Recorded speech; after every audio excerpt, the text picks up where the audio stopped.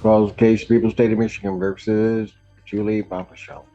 Your Honor, I appreciate the court's accommodation. I had an opportunity to speak with Ms. Fong-Fachan. I discussed bond violations that have come to the court's attention since Ms. Fong-Fachan's last appearance before the court. Ms. Fong-Fachan. Now that, as well as the continued lie. Of course, Your Honor. And Ms. Fong-Fachan is going to apologize to the court. She's going to admit that what the court has been made aware of, her participation on a video podcast. Okay, let's just get it all right, Mr. Warren.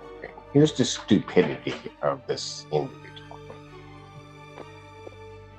I lock her in jail because she was lying to me and violating her conditions.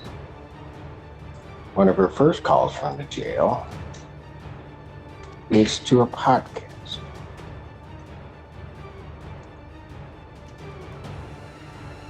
Am I right? That's correct, Your Honor. But then gets here and runs a ruse that she's really making the calls regarding her two children. Then, so not only does that then go on social media, there's then another one on social media shortly after when she was arraigned, where she was violating her bond condition at that time.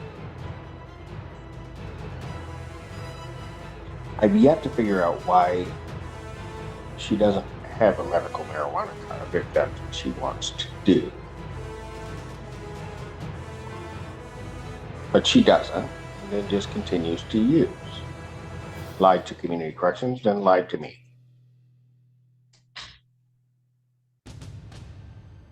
So she gets put in, then makes within that week at least 41 calls that we could see, but there were actually additional ones.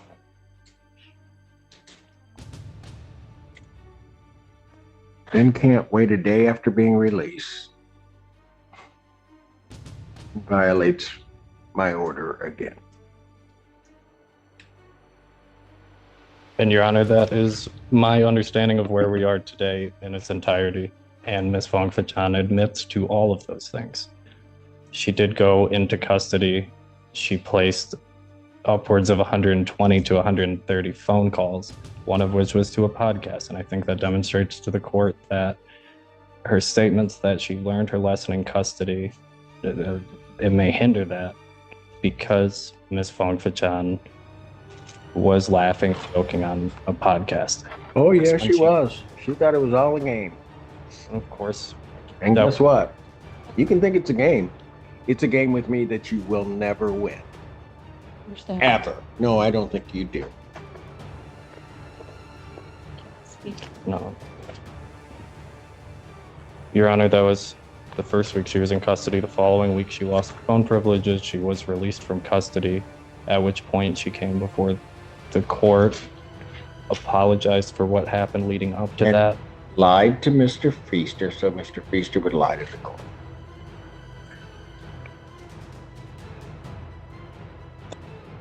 Your Honor, I think Ms. Fong-Fachan understands that pretrial release is a matter of grace, and that for her to remain on pretrial release, she has to demonstrate to the court she is going to comply with her bond conditions. She has had a turbulent journey on her bond so far. She's had several violations. There are renewed violations. She admits to all of those. She would ask the court to including that the THC cookies, the time-released THC cookies was a lie. Ms. Fong-Fachan understands that that story is not feasible, that when you inspect the claim that was made at her first probable cause conference, that it doesn't make any sense. And she'll admit that today to the court, that a number of things she said leading up to this have not made sense and have turned out to be false. And when a person, anyone puts himself in that position, you have to tell lies and lies and lies to kind of undo what you've done so far. I think Ms. Fong-Fachan wants to ask the court for a clean start, to come clean, as to I thought we did that the last time. This is almost the same spiel I was getting last time, right before she got out and on film. Dre. right. God only knows why you'd be mixing anything with Red Bull, but what the heck?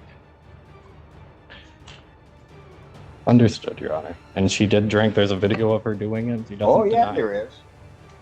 And what she's going to ask the court to consider is continuing her bond, upwards modification, that she be placed on a other to monitor alcohol use, that she submit to ETG testing to monitor her alcohol use, and that she cease using social media while this case is pending.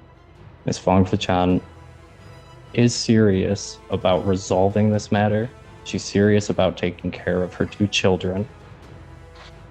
Daughters Maddie and Ayana have upcoming birthdays on the 28th of March and on the 2nd of April. I know So she it'd be wants to do horrible that for if she's in jail on their birthday. them. It would, Your Honor. But it doesn't seem to me that she was really caring about them all this time anyway. No, Because she would have never put herself in the jeopardy that she's in right now. Of course, Your Honor. I know her children are her primary concern more than anything else, that she's asking the court in a final act of grace to permit her to remain out of custody, continue her bond with those modifications, to comply. And Ms. Fong-Fachan can address the court and come clean about any violations of bond leading up to today.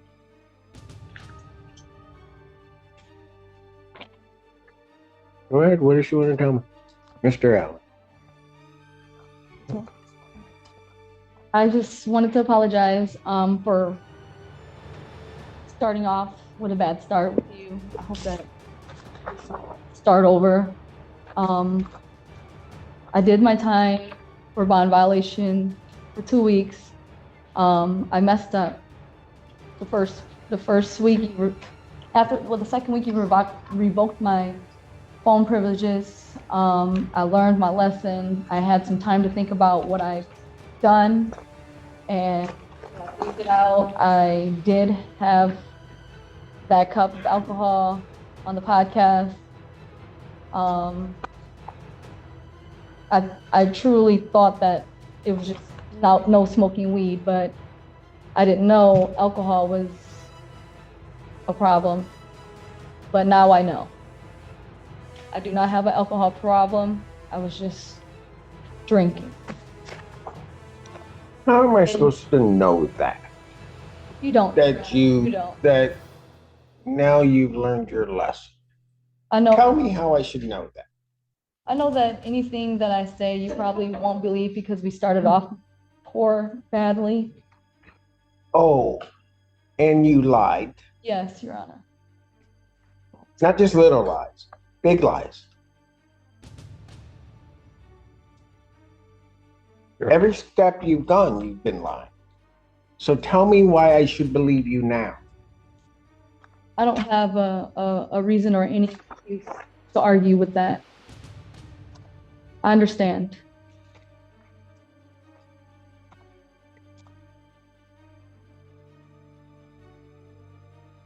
Your Honor, I think Ms. Fong-Fachan knows it's not about what she says, it's about what she does. And what she's done leading up to this has not instilled confidence in the court that she's going to comply. We're asking the court to give her an opportunity to demonstrate that she's going to comply with the court's orders and perhaps present herself as a candidate for at the conclusion of this case. I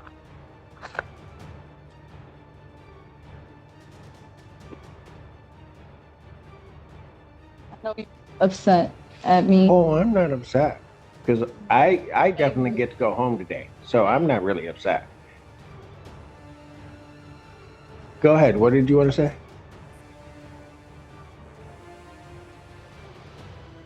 You just think this is all a game. That's what your problem is.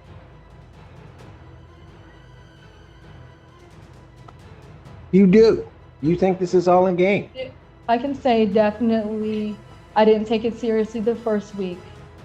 The second week after I stayed in, I had a lot of time to think.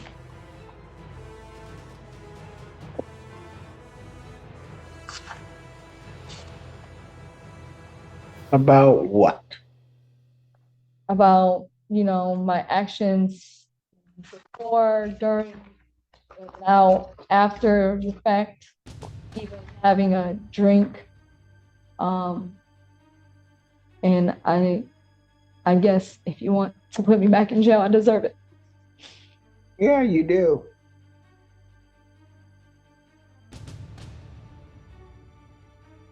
You have a CPL? Yes.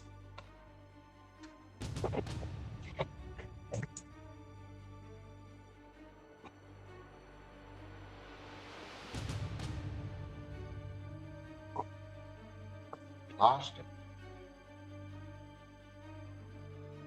You know why? Not really. Smoking and have a CPL. That's probably another form you lied on.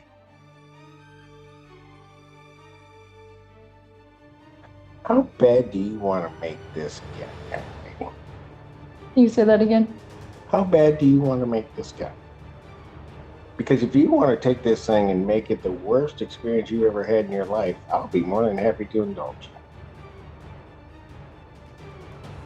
I don't.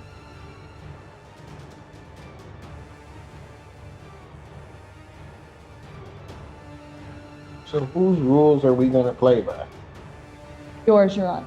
Absolutely. Problem is, I don't know that you know how to do the right thing.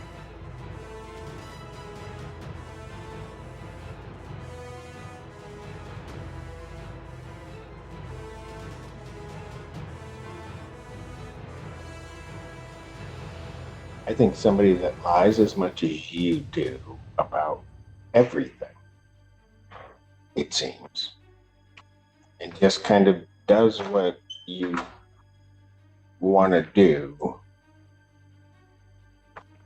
Because you've probably been doing this your whole life. And that's why you can't change. May I have the opportunity to say a couple of things? Oh, absolutely. I'm sorry, Miss Hughes. I appreciate this, Your Honor. Your Honor said something very interesting. You've probably always been this way, so that's why it's so hard to change. This behavior is exactly what this case is about. She's charged with R&O. She's charged with malicious destruction of a building. She went to her ex-boyfriend's business and kicked his front door of his business. The police arrived and she immediately started lying to the police. That she had just got there, that she hadn't kicked in the front door, that she didn't know what was going on. The police wanted to conduct their investigation, so they asked her to just wait in her car. That's all they asked her to do. Anne, can you just wait in your car? And she took this as an opportunity to defy them rather than just listen to them.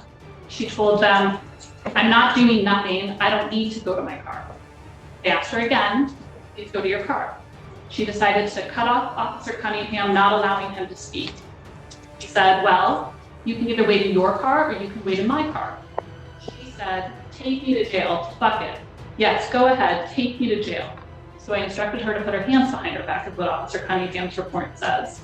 She then began to verbally and physically defy Officer Cunningham to the point that Officer Baldwin, another Ann Arbor officer, had to get involved. When Officer Baldwin approached, the defendant turned to Officer Baldwin and pulled her left hand away and said, don't make me swing on you, to a police officer.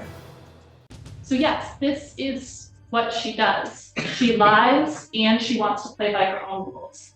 So by continuously violating Your Honor's orders, this is just a game at this point. Your Honor, I'm asking that you remand her. I'm asking that her bond be revoked and that no bond be set at this time. Mr. Warren Green. Thank you, Your Honor. Ms. Fong Fachan, as the court knows, is a mother. She was previously employed at the University of Michigan, stocking shelves. She lost that job when she was remanded to custody, and I know that she is seeking reemployment. Ms. Fong-Fachan fully understands that the consequences of her actions. Does she, though? It's- Does she?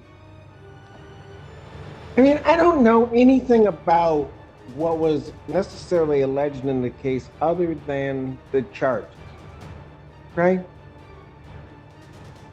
And then to hear that recitation of what this case is about and then look at this defendant's behavior, does she really? And I don't know why these kids keep coming up as some shield, because it appears to me everything she's doing has nothing to do with them. She's just running her world.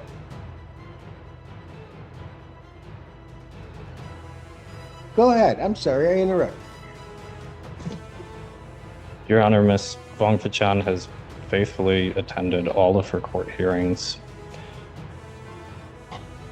I believe that with added conditions of alcohol monitoring, that the court's concerns about her drinking be suppressed. I know it's difficult to address the court's concerns about Ms. Fong-Fachan's dishonesty.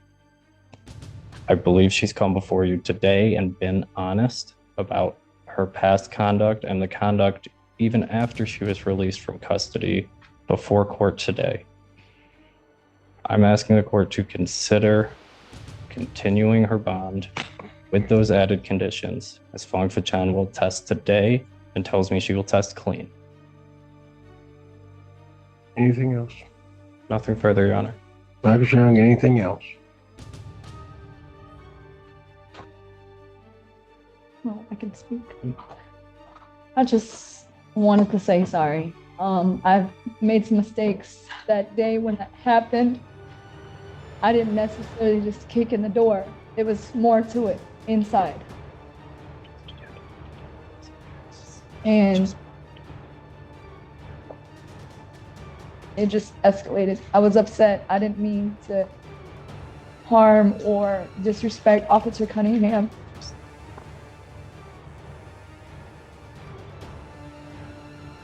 I didn't mean it for it to escalate that way. And I hope that I can apologize and make it right. I'm trying to. Since this has happened, my life is in shambles. I'm trying to figure it out. Being in jail I get to sit and think about my actions and, actually learn from them. But being in there, I can't get things done. I have to figure out getting another job, paying the bills. Not that you care, but I'm trying. I'm trying to make it every court date. I quit smoking weed. If I can be placed on an alcohol tether or have to drop for, urine.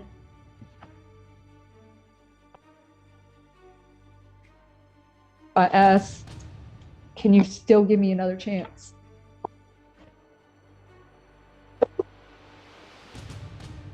And you said something very interesting. You said, I don't care. Not that I care. Just now? Yeah, that's a funny thing. Because actually, about everybody that comes before this court, I care.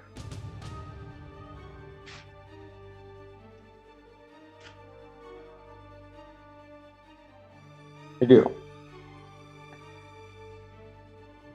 Maybe sometimes to my detriment. I do. I don't understand your stupidity. I just don't get it. And you're asking me to give you another chance. You got the first chance when you were first out. Put you in.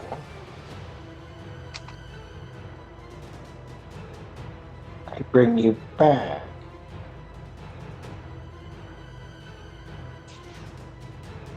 And you put me in a position where I can't give you another chance.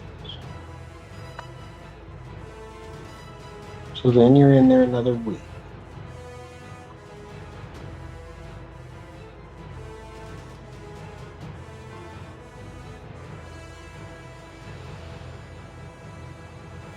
Told me that day, you and Mr. Feaster,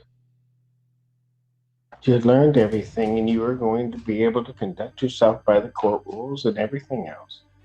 You don't at 24 hours, you don't make it 24 hours.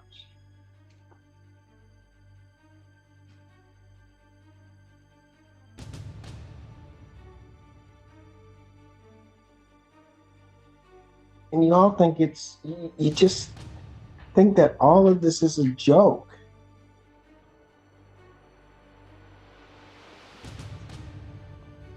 Don't get to just have your way because you want to have your way.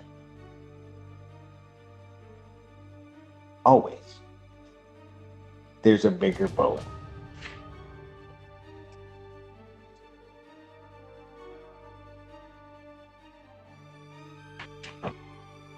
But if you think I am going to tolerate this, wrong judge. I know. I do not like sending people to jail, but I'm going to do my job. And if you can't cooperate, if you can't just do the simple things that are asked,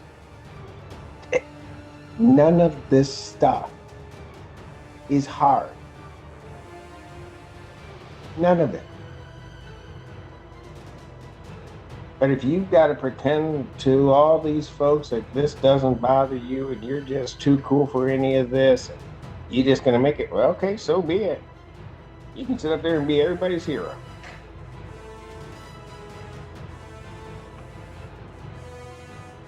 So, Mr. Warren Green, here's what I'm going to do. I'm going to adjourn her preliminary examination. I'm adjourning her preliminary examination April 23rd, 2024 at 9. That is before me. It will give you the opportunity to certainly motion before this court this defendant's release. But for today, she's going. Defendant's bond is hereby revoked pending a motion hearing. If defendant is released from jail, she will go on an alcohol scram test. Thank you. Thank you, Your Honor.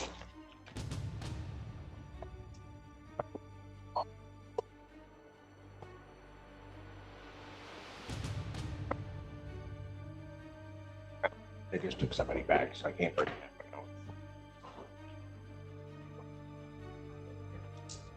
Mr. Warren Green, if you have that, you can set that on a Wednesday for any type of motion hearing on a Wednesday. I will file it. You do that. It's on a Wednesday, so Miss Perroni and Miss no, Barroso's not going to help. Miss Coons. Miss Perroni, Miss Coons can help you.